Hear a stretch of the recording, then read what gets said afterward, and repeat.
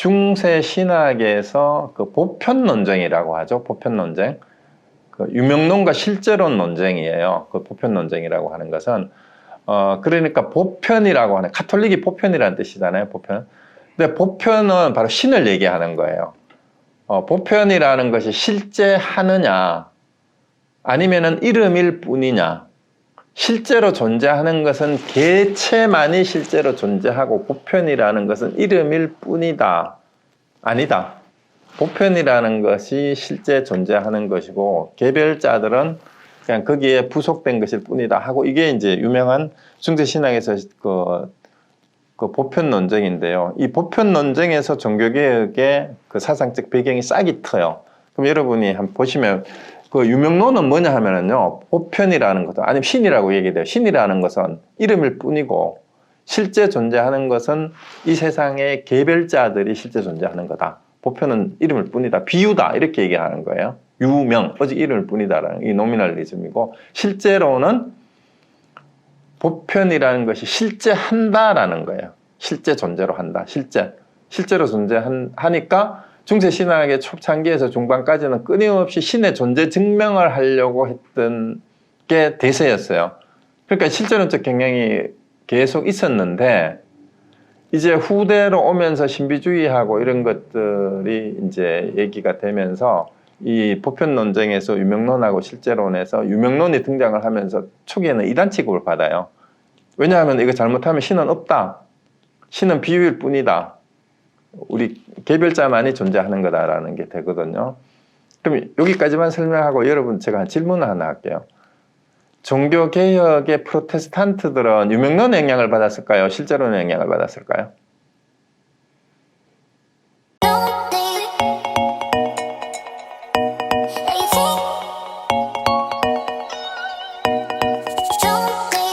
그래서 무엇이 그리 급하여 사자 가죽을 덮어쓰고도 도리어 들려오의 울음소리를 내느냐. 이 말은 다시 또 인정해 주는 거예요. 사자 가죽을 덮어쓰다는 여러분 다 사자 새끼다 이거야. 사자 새끼라는 말은 우리가 흔히 그 사자가 새끼를 놓으면 절벽 위에 새끼들을 데리고 가가지고 물어서 절벽 아래로 집어 던진다는 얘기가 있어요. 실합니까 그게? 그런데 떨어져서 죽는 놈은 쳐다보지도 않는데요. 그래서 살아나는 놈만 데리고 키우는 게 사자다라는 그런 얘기를 해요.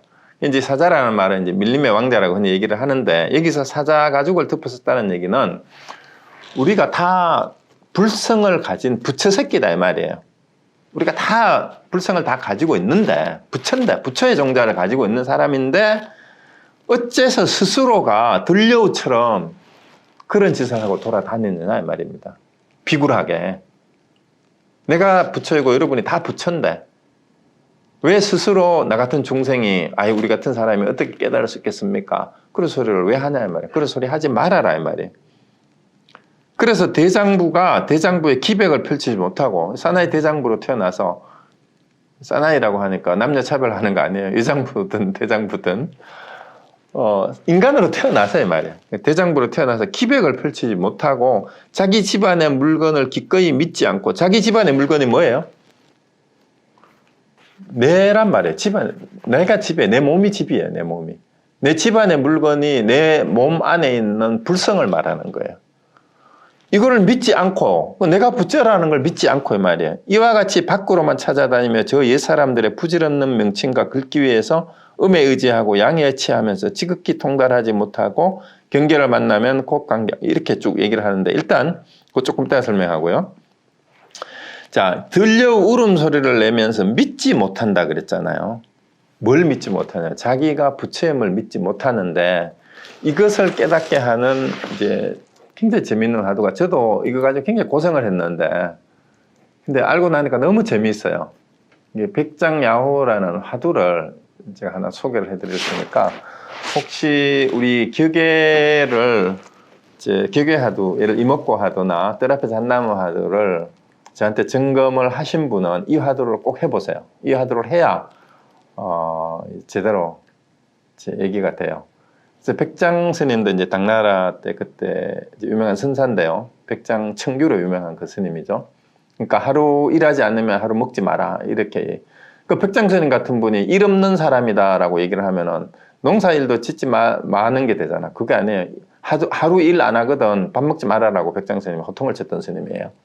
그래서 스스로 농사도 짓고 했던 분이죠. 이 백장스님이 이제 법문을 상당이란 말은 법상 위에 올라가서 법문 이제 공식적인 큰 법문을 할 때마다 이 말이에요. 상당할 때마다 어떤 노인이 대중과 함께 설법을 듣고 흩어지더니 하루는 가지 않고 있어서 스님이 누구냐라고 물으니까 이 노인이 저는 과거 가섭불시에 이 산에서 수석을 하고 있었는데 한 학인이 와가지고 크게 수행한 사람도 인가에 떨어집니까? 이렇게 물었어요. 여기서 이제 중요한 게 여기에요. 대수행저인이라고 했어요. 대수행, 큰 수행인, 큰 수행인도 인가에 떨어지느냐 이 말입니다. 불락인가라고 물었죠. 그러니까 이제 내가 인과에 떨어지지 않는다. 불락인가라고 얘기를 했어요. 불락인가. 불락인가라고 대답을 하니까 그렇게 대답을 하고 500생 동안을 요음을 받았대요. 요음을 받았으니 지금 하상께서 한마디 대신해 주십시오 하니까 이제 백장스님이 물어보라 하니까 노인이 크게 수행한 사람도 인가에 떨어집니까? 하고 그대로 물었어요. 대수행저인 활락 인가야무 이렇게 물었죠. 그러니까 이제 백장스님이 불매인간이라 이렇게 얘기를 했어요. 인가 매자는 어두울 매자죠. 인가에 어둡지 않다라고 이렇게 대답을 하니까 노인이 은하에 크게 깨닫고 하직 인사를 하면서 저는 이미 요 몸을 벗었고 구리 뒷산에 있사오니 학인이 죽었을 때와 같이 화장해 주십시오. 하거늘 스님께서 윤화를 시켜서 대중에게 알려 공양 후 시달림 울력을 마치고, 시달림은 장례식을 말해요. 장례식을 마치고 나서 대중이 궁금해합니다. 이 도대체 뭐 때문에 여우를 이제 요 얘기가 뭐냐 하면은 여우 뒷산 이제 종을 쳐가지고 다 대중들을 모이게 한 다음에 오늘 시다림이 있을 거니까 화장할 준비를 하라 이렇게 얘기를 하는 거예요. 그러니까 오늘 스님이 죽어야 화장을 하는데 스님 죽은 사람도 없는데 왜 그러지 하고 따라오너라 하니까 따라가 보니까 진짜 뒷산 굴에 여우가 한 마리 죽어 있는 거예요.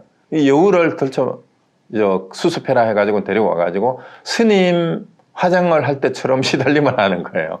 그러니까 대중들이 도대체 왜 여우를 저렇게 화장을 하지 하니까 이제 만참 때 이제 식사를 하면서 앞에 인연을 들려주셨다라고 얘기를 해요. 이런 일이 있어서 이 여우가 바로 그 대답을 한마디 잘못해가지고 여우가 된 스님이었는데, 그래서 스님하고 똑같이 오늘 화장을 했다라고 이렇게 얘기를 해준 거예요. 재밌죠? 근데 여기서 알아야 될 게 뭐냐면 어째서 그 노인은 이 전백장 후백장이라고 해요. 옛날에 여기에 주석하던 옛날 그 스님은 크게 수행한 사람도 인가에 떨어집니까 했는데 불락인간이라 인가에 떨어지지 않는다라고 하고 요 몸을 받았고, 그 다음에 불매인간이라 하고 하는 소리를 듣고 요 몸을 벗었는지를 아셔야 돼요. 그래서 오늘 주제가 제목이 뭐예요? 여우 울음소리 내지 마라 였잖아요. 여우 울음소리 내지 마라. 여러분 여우가 뭐예요? 여우 하면 떠오르는 이미지가 뭡니까? 여우를 얘기할 때 늑대는 뭐예요? 늑대는 음험하다 그러고 사자는 용맹하고 호랑이는 그 여우는 뭘 여우라고 해요? 여우의 특성이 뭡니까? 강교하다. 또 강교하다,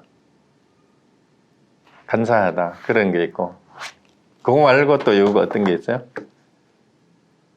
혹시 여우를 어디 뭐 다큐멘터리든 영화든 아니면 직접 동물원 같은 데서 여우를 혹시 관찰해 보신 적 있어요? 여우가 여기에 우리 본문으로 돌아오면 여우 울음소리를 내지 마라 라고 어째서 사자 가죽을 뒤집어 쓰고 들려 울음소리를 내느냐 이렇게 하고, 그 밑에 대장부가 기백을 펼치 못하고 자기 집안의 물건을 기꺼이 믿지 않고 이 말이 나오잖아요. 여우가 걸어가는 거를 보면 두세 발짝 걷고 뒤돌아보고 두세 발짝 걷고 뒤돌아보고 그런데요. 이렇게 가다가 뒤돌아보고 이렇게 돌아보고 왜 그럴까요? 의심이 많대요. 의심이. 그러니까 믿지를 못하는 거야. 그래서 이 들여우라는 얘기는 여우를 비교할 때 그 상징이 뭐냐 하면은요, 믿음이 없는 놈, 의심이 많은 놈을 여우 새끼라 그래요. 우리 이제 스님들이 제자들을 호통을 칠 때, 야, 이 들여우 새끼야라고, 야, 이 야호정아라고 이제 한자로는 그렇게 얘기를 해요. 이제 그럴 때 여우는 이 믿음이 부족한 어리석은 놈, 이런 뜻이에요. 그러니까 여기서도 이제 그 얘기입니다. 어째서 들려우 울음소리를 내느냐 해놓고 대장부가 대장부 기백을 펼치지 못하고 자기 집안의 물건을 기꺼이 믿지 않고 자기가 부처님을 믿지 못하는 거예요. 그러면 요 백장야호에도 마찬가지입니다. 크게 수행한 사람도 인가에 떨어집니까? 하니까 인가에 떨어지지 않는다. 이러고는 요몸을 받아버렸어요. 그거 왜 그랬을까요? 그 다음에 불매인간이라 하고 하는 데에서 요몸을 벗었어요. 그거는 또 왜 그랬는지를 알아야 여러분이 여우가 되지 않아요. 이걸 모르면은 임재한테 어리석은 중도라라고 임재가 지금 혼을 냈잖아요. 그러면 임재가 오면 지금 임재로 강의를 듣는 여러분들한테 야, 이 어리석은 놈들아 이렇게 얘기를 할 거예요. 그래서 여우 몸을 벗어야 돼요.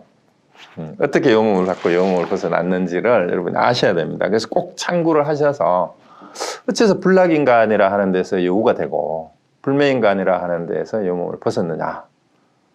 그래서 글자 한자 차이잖아. 그래서 많은 사람들이 이 화두를 타파하기 위해서 낙자를 이제 분석을 하고 몇 자를 분석을 해가지고 어째서 인가에 떨어졌다라고 해석을 하면은 이게 무슨 뜻인가? 인가에 어둡지 않다라는 게 인가에 밝다라는 뜻이고 인가에 떨어지지 않는다는 말하고 뭔 차이가 있지? 많이 공부를 해보세요. 그러면은 끊임없이 뭘 하는 거예요? 끊임없이 문자에 글자에 끄달려가지고 평생을 해도 불락인가하고 불매인가에 낙자하고 몇자를 몇백, 500생을 다시 태어나서 비교해봤자 거기에는 답이 없습니다. 낙체가 달라요. 그거는 손가락에 불과합니다. 그래서 여러분이 뭘 아셔야 되냐 하면 자기 집안의 물건을 믿어야 돼요. 내가 부처라는 걸 믿어야 돼요. 그래서 그걸 믿지 못하니까 이 백장야호처럼 여우가 되는 거예요. 왜냐하면 내가 사자 새끼야. 내가 부처예요. 내 안에 불성을 가지고 있는 존재예요. 우리 스스로가. 근데 그걸 믿지 못하면 이렇게 여우가 되는 거죠. 그러니까 그러면은 그걸 알지 못하고 하는 공부한네 어쩌네 하는 소리는 전부 여우 울음소리가 돼버려요. 그 임재 얘기는 그 얘기예요. 그러니까 대놓고 야, 어리석은 중도라라고까지 대놓고 얘기를 하는 겁니다. 그래서 사실은 좀 무서워요. 그죠? 임재가 진짜, 이거 보면 임재가 진짜 사자 같아. 진짜 사자죠. 그래서 임재 장군이라는 명칭도 있잖아요. 그래서 평생을 여우 새끼로 그렇게 살래. 이 말입니다. 그 임재가 하는 얘기가 그거예요. 네가 생긴 게 사자인데 어떻게 평생 여우 짓을 하고 그렇게 사느냐. 지금 이렇게 지금 안타까워서 그 제자들한테 하는 얘기입니다. 그래서 이제 믿지 않고 밖으로만 찾아다니니까 내 안에 있는데 내가 진짜 찾아야 되는 불성이 내 내면에 내 마음에 있는데 밖으로만 찾아다니며 저 옛사람들의 부질없는 명칭과 긁기 위해서 그러니까 끊임없이 누가 무슨 얘기를 하네 뭐 무슨 책을 보고 무슨 경전을 보고 또 좋은 책 있다 그러면 얘기하고 누가 어디에 무슨 강연한다 그러면 거기 또 쫓아가고 끊임없이 그러고 있다 이 말이죠. 그리고 경전을 본다, 고정 공부를 한다, 이러고 명칭과 긁기 위해서 음에 의지하고 양에 의지하면서는 여기저기에, 이제 좋고 나쁘다, 뭐 음양이라는 말은 좋고 나쁘다는 뜻도 되고 경계도 돼요. 이제 좋으면 좋은 대로 뭐 아니면은 이제 수용을 해야 되는 데는 수용을 하고 또 나가야 되는 데 나아가고 그러니까 여기저기 음양은 그냥 하나의 비유로 얘기를 한 거예요. 음에 의지하고 양에 의지하고 뭐 이것도 한번 해봤다가 저것도 한번 해봤다가 이 얘기입니다. 그렇게 해서 여기저기에 경계에 끄달리거나 또 이제 그 여러 이제 경전들에 왔다 갔다 하는 것을 얘기하는 거죠. 그래서 지극히 통달하지는 못하고 바로 깨뚫지는 못하고 이 말이죠. 경계를 만나면 곧 관계한다 이랬는데요. 여기 인연연자를 이렇게 보여놨어요. 경계를 만나면 이게 원문이 뭐냐 하면은요. 그 뒷페이지 258페이지 마지막 둘째 줄 끝에 있죠. 봉경 변연, 그 다음에 봉진 변집 이렇게 되어 있는데요. 경계를 만나면 곧 연연해 한다라고 해석하는 게 더 좋을 것 같아요. 관계한다라는 말은 어떤 대상이나 경계를 만나면 그게 연연해해요. 그러니까 우리가 인간관계를 맺는데도 그 관계에 연연해한다 그 말이죠. 어떤 경계를 만나면 거기에 연연해하고, 또 진짜도 티끌 진짜를 썼는데 같은 말이에요. 육경을 육진이라고도 하죠. 그래서 티끌 진짜는 번뇌라는 뜻도 되지만, 이제 불교에서 육경 육진을 같은 동의어로 보고 이제 대상을 얘기를 해요. 대상이라는 말은 이제 아까 말했던 육근의 대상, 식스 센서스의 대상이 되는 육경이 그 색성향 미촉 법인데 그걸 육진이라고도 해요. 그게 같은 말입니다. 결국은 이제 봉경 변연, 그 다음에 봉진 변집이라는 얘기는 경계를 만나면 연연해하고 집착한다 이 말입니다. 연연해하고 집착을 해서 만나는 곳마다 의혹이 일어나. 그러니까 보기만 보면은 형상을 보면 형상에 의심이 생기고 혹하고, 소리를 들으면 소리에 혹하고, 그렇잖아요. 좋은 음악을 들으면 거리에 속하고, 목소리 좋은 사람 들으면 소리 또 나긋나긋한데 또 가버리고, 그렇게 되는 거예요. 좋은 냄새 맡으면 또 향수에 또 가버리고. 그러니까 만나는 곳마다 의혹이 일어나 스스로 확고한 안정됨이 없다. 그러니까 스스로 중심이 잡히지 않는다라는 그 얘기입니다. 그래서 스스로 확고한 안정됨이 없다라는 얘기는 늘 경계에 끄달려서 이리저리 왔다 갔다 하고 여기에 의지하고 저리 의지하는, 그래서 늘 밖으로만 헤매고 자기 안에 부처가 있다라는 걸 알지 못하는 이 중생들, 아직 깨닫지 못한 사람들을 대놓고 꾸짖는 구절이 바로 이 임재의 이 부분입니다. 그래서 들려오의 울음소리라는 이제 제목으로 이렇게 했는데요. 그래서 결국은 이제 우리가 그 앞부분에 그 오늘 했던 내용이 제일 핵심이 달을 가리키면 달을 봐야지 왜 손가락을 보느냐라는 것은 사실은 현대 해석학에서 이제 기독교의 성서 해석의 그 해석 방법론하고 관계가 되는 거예요. 이걸 조금 정리를 하고 마치겠습니다. 그래서 흔히 그 성경을 해석하는데 문자주의하고 알레고리 학파 흔히 예를 드는데, 사실은 그 이론적 배경이 어디까지 올라가냐 하면 중세 신학에서 그 보편 논쟁이라고 하죠. 보편 논쟁. 그 유명론과 실제론 논쟁이에요. 그 보편 논쟁이라고 하는 것은 그러니까 보편이라고 하는, 가톨릭이 보편이라는 뜻이잖아요. 보편. 근데 보편은 바로 신을 얘기하는 거예요. 보편이라는 것이 실제 하느냐, 아니면은 이름일 뿐이냐. 실제로 존재하는 것은 개체만이 실제로 존재하고 보편이라는 것은 이름일 뿐이다. 아니다. 보편이라는 것이 실제 존재하는 것이고 개별자들은 그냥 거기에 부속된 것일 뿐이다 하고, 이게 이제 유명한 중세 신학에서 그 보편 논쟁인데요. 이 보편 논쟁에서 종교개혁의 그 사상적 배경이 싹이 트요. 그럼 여러분이 한번 보시면 그 유명론은 뭐냐 하면은요, 보편이라는 것은, 아니면 신이라고 얘기돼요. 신이라는 것은 이름일 뿐이고 실제 존재하는 것은 이 세상의 개별자들이 실제 존재하는 거다. 보편은 이름일 뿐이다. 비유다. 이렇게 얘기하는 거예요. 유명, 오직 이름일 뿐이다라는 이 노미널리즘이고, 실제로는 보편이라는 것이 실제 한다라는 거예요. 실제 존재로 한다. 실제로 존재하니까 중세 신학의 초창기에서 중반까지는 끊임없이 신의 존재 증명을 하려고 했던 게 대세였어요. 그러니까 실제론적 경향이 계속 있었는데, 이제 후대로 오면서 신비주의하고 이런 것들이 이제 얘기가 되면서 이 보편 논쟁에서 유명론하고 실제론에서 유명론이 등장을 하면서 초기에는 이단 취급을 받아요. 왜냐하면 이거 잘못하면 신은 없다. 신은 비유일 뿐이다.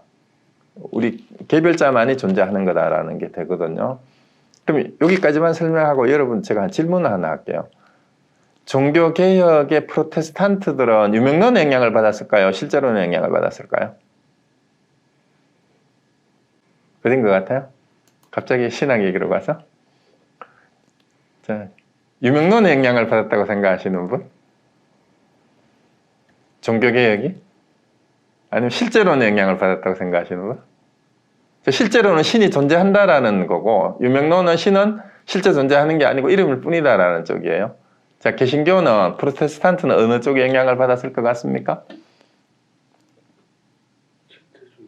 어디? 유명론? 다시 손들어 보세요. 그럼 실제론? 실제론도 있어. 반반인데. 근데, 프로테스탄트의 종교 개혁은 유명론의 영향을 받았어요. 그게 왜 그런가 하면,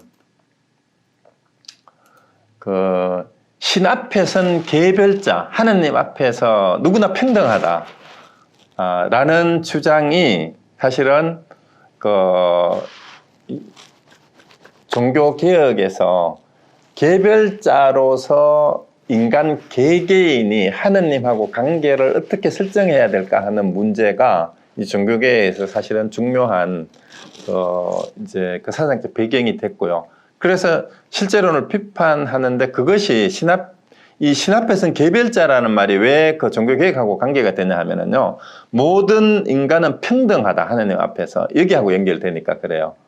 근데 이제 실제론에서는 신을 존재한다라는 전제 하에 사실은 중세의 신분 질서를 공고히 하고, 그 다음에 어디까지 가냐 하면 이거를 이제 가지고 온 이유가 있어요. 그 신뿐만이 아니라 성서를 해석하는데, 고전을 해석하는데 문자 그대로 다 실제하는 것으로 인정하는 그런 해석 경향을 얘기를 해요. 근데 이제 유명론 쪽에서는 알레고리 학파에 영향을 미치는데, 알레고리는 성경이나 고전의 문헌을 실제한 것이 아니라 비유로 해석하려고 하는 거죠. 그러니까 비유라고 하니까 그건 상징일 뿐이에요. 그러면은 이제 이 상징으로 해석하는 거하고 실제로 해석하는 거하고 차이예요. 그래서 이제 그 신 앞에서는 개별자라는 것이 모든 개개인의 평등함을 강조를 하게 되고요. 이제 종교개혁의 모토가 됐던 만인사제주의하고 연결이 돼요. 유명론이. 그래서 이제 그쪽에 영향을 좀 이제 미치게 됐는데, 이제 여기서 우리가 한번 이제 봐야 되는 게 뭐냐 하면은요, 만인사제주의는 그때 당시에 중세의 신분제를 깨는 아주 큰 무기가 될 수가 있었어요. 교황과 성직자하고 평신도하고 엄연한 신분의 차이가 있었고, 그리고 성서를 해석하는 권한이 오직 성직자에게만 있었잖아요.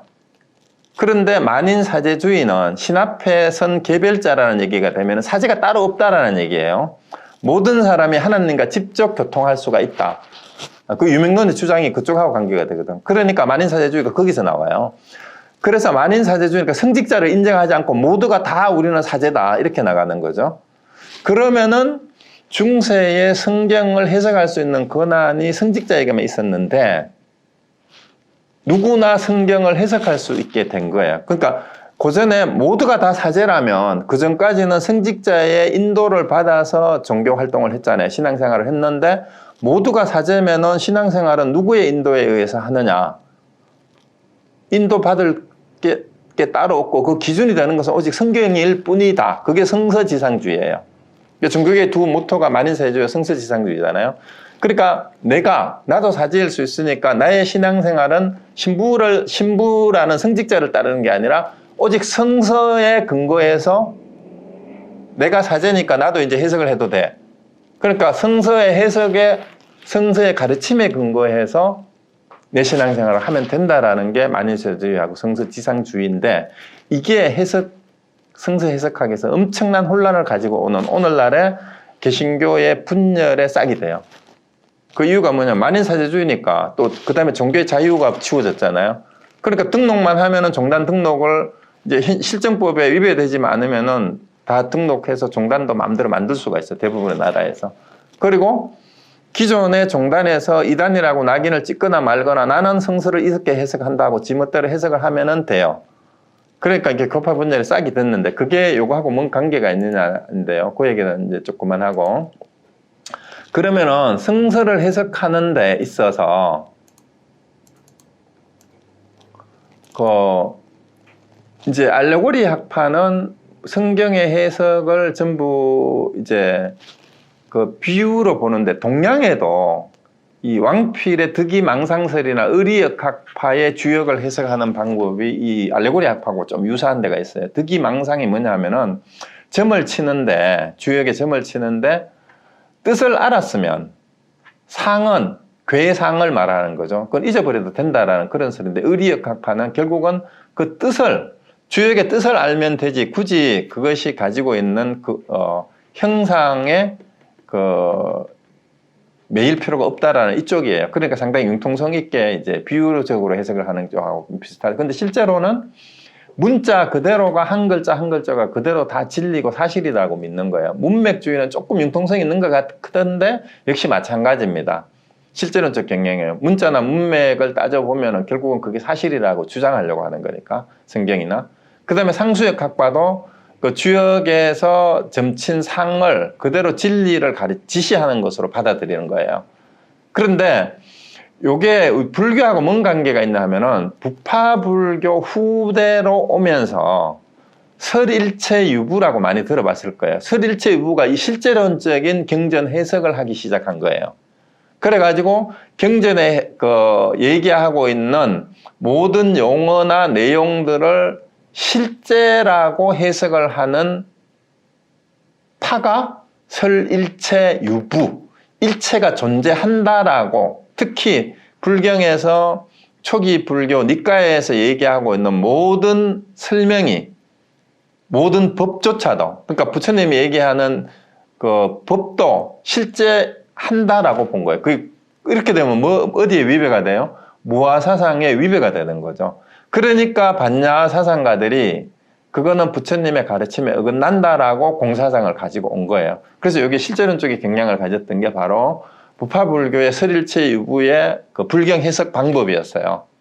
그런데 지금 임재가 얘기하고 있는 달을 가리키면 달을 보면 되지 손가락에 매여 있다라는 게 지금 문자주의나 이 실제론적인 경향의 해석학의 경향을 까고 있는 거라고 이렇게 이해하시면 돼요. 그러면 유명론이 맞느냐 실제론이 맞느냐, 그거는 또 아니에요. 때로는 문헌학적으로 이제 용어들을 제대로 이해를 해서 오해가 없도록 밝게 분별을 해야 돼요. 밝게 분별을 해야 되는데, 예를 들면 법달이 아까 얘기한 것처럼 뜻을 알았지만 경전의 읽기를 쉬지 않고 계속 읽었다고 그랬잖아요. 이제 그 얘기는 모든 것을 비유로만 해석해서도 안 되고, 그렇다고 모든 것을 실제론적으로만 해석을 해도 안 된다라는 거예요. 그러면 우리는 달을 봤으면 달을 가리키는 수단은 손가락으로 할 수 있고 말로도 할 수 있고, 손이 없는 사람은 턱짓으로도 할 수 있어요. 지팡이를 가지고 가리킬 수도 있고. 그래서 여러 가지 그런 차이를 알고 이제 경전이나 고전을 읽을 때 어떤 입장에서 해석을 하는 것이 더 맞을까? 어떨 때는 알레고리로 해석해야 되는 그런 부분이 있을 수가 있고요. 또 어떤 때는 이제 문자의 정확한 의미를 유출을 해서 문헌학적으로 왜 이런 식으로 이런 말을, 예를 들면 아까 그런 거죠. 왜 간세음보살이라고 번역을 하지 않고 간자재로 번역을 했을까? 그거는 문자주의로 가는 건 아닌데 문자의 맥락을 비유적으로 하는데, 이왕이면은 단순한 비유를 넘어서서 문자가 가르치고 있는 것도 혼동이 오지 않도록 정확하게 사용하려는 그런 게 번역자들이나 말하는 사람의 또 의도가 담겨 있어요. 그래야 분별을 하도록 하지 않도록 하는 게 되는 거니까. 그래서 우리가 이제 경전을 해석할 때는 지금 여기 임재가 계속해서 너무 그러니까 경전을 불태워버려라 이런 얘기를 하다가 보니까, 이제 그렇다면은 많은 사람들이 이제 우리 이런 얘기를 그냥 피상적으로 듣고 무식한 것이 마치 수행자인 것처럼 이런 식으로 잘못 알고 있는 사람들도 굉장히 많아요. 야, 그런 거 볼 필요 없다. 책을 보면 뭐 하냐라고 이렇게 얘기를 하는데, 그거는 또 아니에요. 그래서 사실은 책을 볼 때는 정확하게 볼 수 있어야 되고, 그 다음에 깨닫고 나서도 책을 다시 경전을 보고 또 먼저 공부한 사람들이 얘기해 놓은 것을 확인을 하면서 아, 이분은 이렇게 얘기를 하고 이렇게 표현을 했구나. 그리고 전달을 할 때는 이렇게 표현을 하는 것이 오히려 오해를 막고 더 정확하게 우리의 뜻이 전달이 되고 의사소통이 되겠구나 하는 것을 늘 오히려 생각을 해야 될 거라는 생각이 들어서 제가 요거를 잠깐 제가 그냥 소개를 해드렸어요. 그럼 제가 오늘 여기까지 제가 말씀을 드리고 혹시 저는 오늘 좀 재밌게 하려고 했는데 좀 딱딱하게 얘기가 진행이 된 것 같은 느낌이 드는데 혹시 질문이나 하실 말씀 있으면 해 주시기 바랍니다.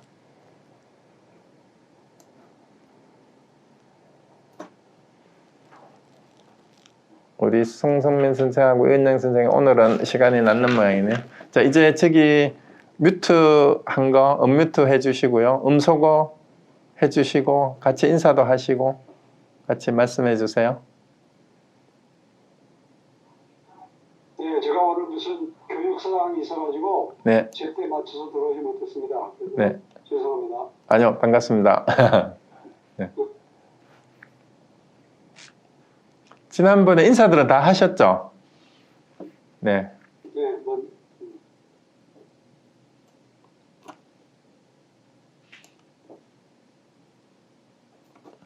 네, 네, 선생님 오늘 좋은 말씀 감사합니다. 네. 불매인과 불락인과에 대해서 제가 한 생각이 있는데 나중에 제가 따로 말씀 전공을 받겠습니다. 예, 그러시죠. 네. 네, 그리고 우리 저기 그 화두에 관해서는 제가 혹시 강의를 하는 중에 나오는 것은 답이 갑자기 생각나거나 그러면 공개적으로 답변을 하지 마십시오. 개인적으로 답변을 하세요. 남들이 들으면 안 됩니다. 물론 뭐 해도 괜찮을 수도 있어요. 괜찮을 수도 있는데, 그럼 틀린다니까. 예. 맞는 답을 할 수도 있으니까. 예, 또 하실 말씀 있으세요? 강의 감사드립니다. 네, 하실 말씀 없으세요? 어떠세요? 공부를 많이 해야 될 것 같아요. 근데 괜히 제가 이게 해석하기 이런 거 얘기하면은 도로 헷갈릴 것 같아서 안 할까 하다가 그냥 얘기를 해봤는데요. 여기 지난주 했는 거하고 이번 주 했는 게 이 선어록에 조금 이렇게 공부했는 경험들이 있는 분들은 쉽게 넘어가는데 이 처음 접하는 분들은 이 부분을 굉장히 좀 곤혹스러워하고 당혹스러워 하시더라고. 이런 얘기를 하는 게 이게 도대체 그 책을 보라는 말이야, 보지 말라는 얘기야. 그러면 공부를 안 해도 된다는 얘기인가, 공부를 어떻게 하라는 말인가라는 이제 초보자들은 그런 질문을 하신 분들이 있어요. 특히 임재록을 이제 혼자 제 강의한다는 얘기를 듣고 책을 사가지고 좀 보다가 보니까 도대체 뭔 말인지 하나도 모르겠다고 강의를 들었는데도 이해를 잘 못하겠다고 하는 분들이 있어서 제가 그분들을 위해서 설명을 한다고 했는 게 오늘 괜히 더 어렵게 된 것 같아요. 김미수 선생님은 왜 웃기만 하세요? 하실 말씀 없으세요? 없어요? 네. 그러면 오늘 여기서 마치고 다음에 뵙기로 하겠습니다. 네. 고맙습니다. 네, 다음에 뵐게요. 네.